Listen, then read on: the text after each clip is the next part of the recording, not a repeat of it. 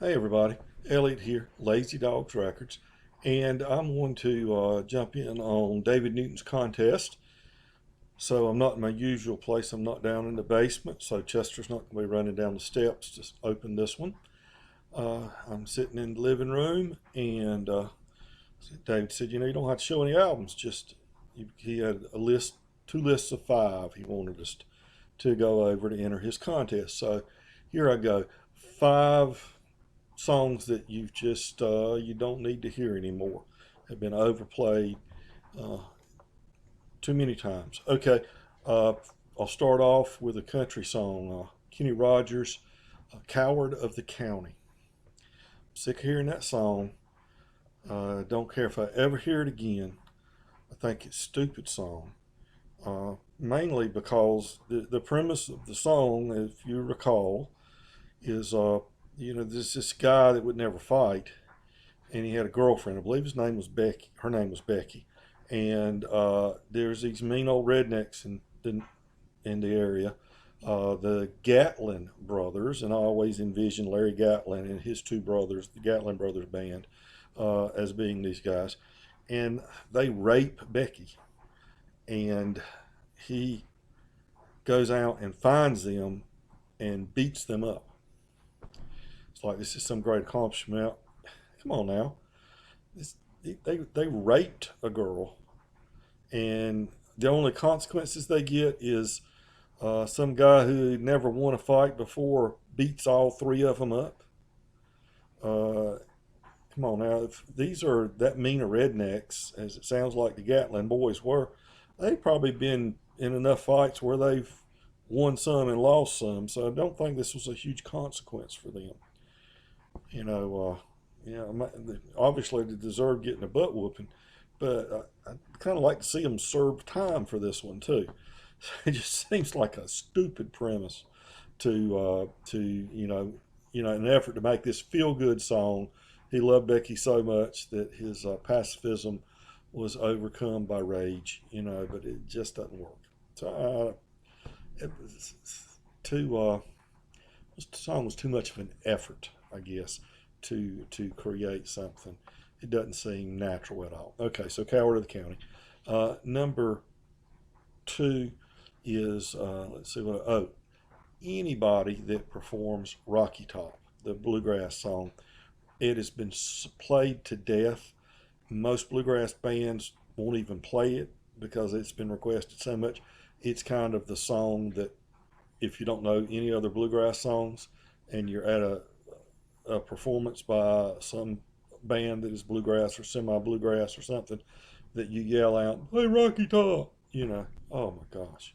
I was actually heard a guy playing in Maggie Valley once for a convention, and he and one other guy playing, and they were they weren't bluegrass, but they were, that in that range, that area of music anyway.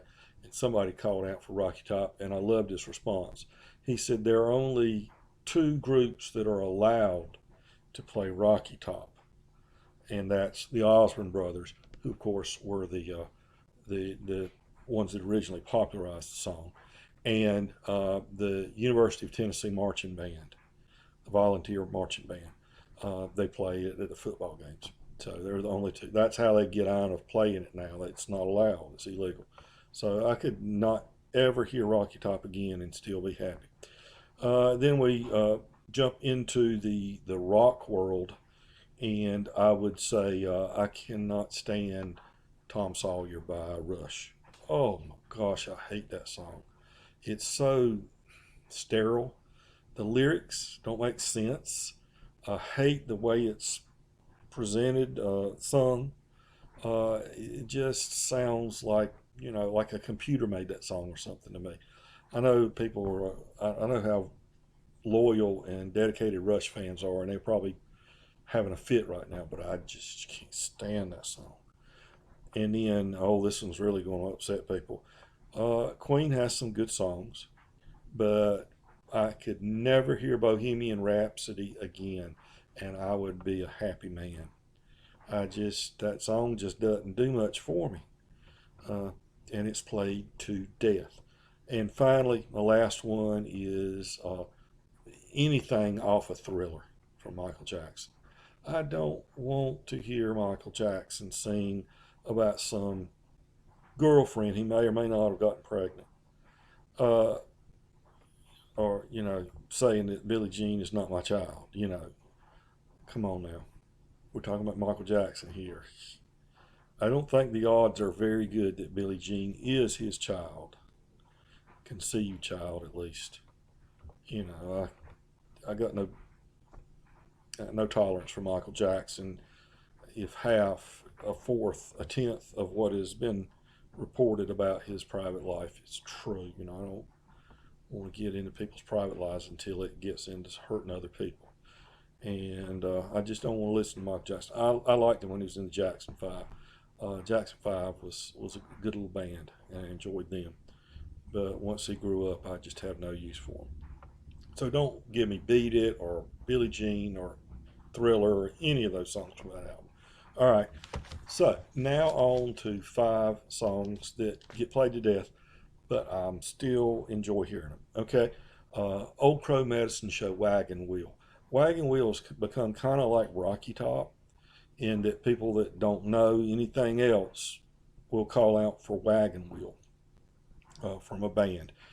Um, the I'm not tired of it. I'm sorry.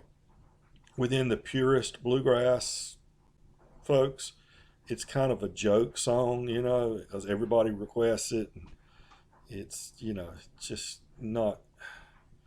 But I like it. I'm sorry. They took some Bob Dylan lyrics and fleshed them out, added to it, and they came up with a nice song, Wagon Wheel. Okay, and Derek and classic rock, Derek and the Dominoes, Layla. I think that is just a beautiful, beautiful song. It's structured so well.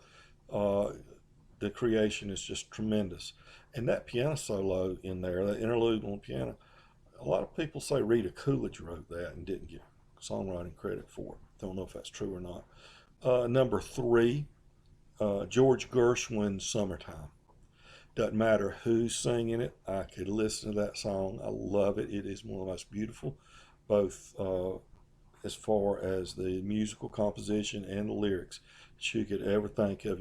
Whether it was Billie Holiday singing it, Ella Fitzgerald, Doc Watson does a great version of it. Let's see, I wrote down a couple other people that do it. Janis Joplin, remember Big Brother and Holding Company's version of that was really good. Billy Stewart had a hit with it in around 1966, I believe.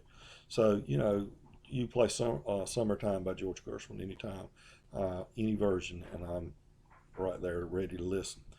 Uh, also, can or will the circle be unbroken?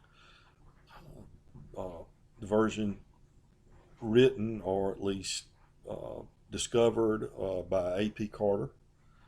Uh, that's a great song. I could listen to it. Very moving song emotionally. Listen to it over and over again, and there's so many different versions of Will the Circle Be Unbroken. Of course, the Carter family version, the um, the album by the Nitty Gritty Dirt Band where everybody's singing that was part of that album, Will the Circle Be Unbroken. Greg Allman on Laid Back does a great version of it. The Staple Singers do a great version of Will the Circle Be Unbroken. So everybody from R&B acts to bluegrass does this song, and any version does good. And speaking of the Staple Singers, here's my last one. They actually do a really good version of, and that's Robbie Robinson and the band, their version of or their song "The Wait." Love The Wait. It's just tells such a great story. It creates such an image in your mind. I love The Wait, and the Staple Singers do a really good version. A lot of other people do really good versions. Well, that's it for me. Everybody remember, be kind to your neighbors because we're all neighbors. And David, you got a great channel. I really enjoy it. And so here's my entry into your contest. Take care.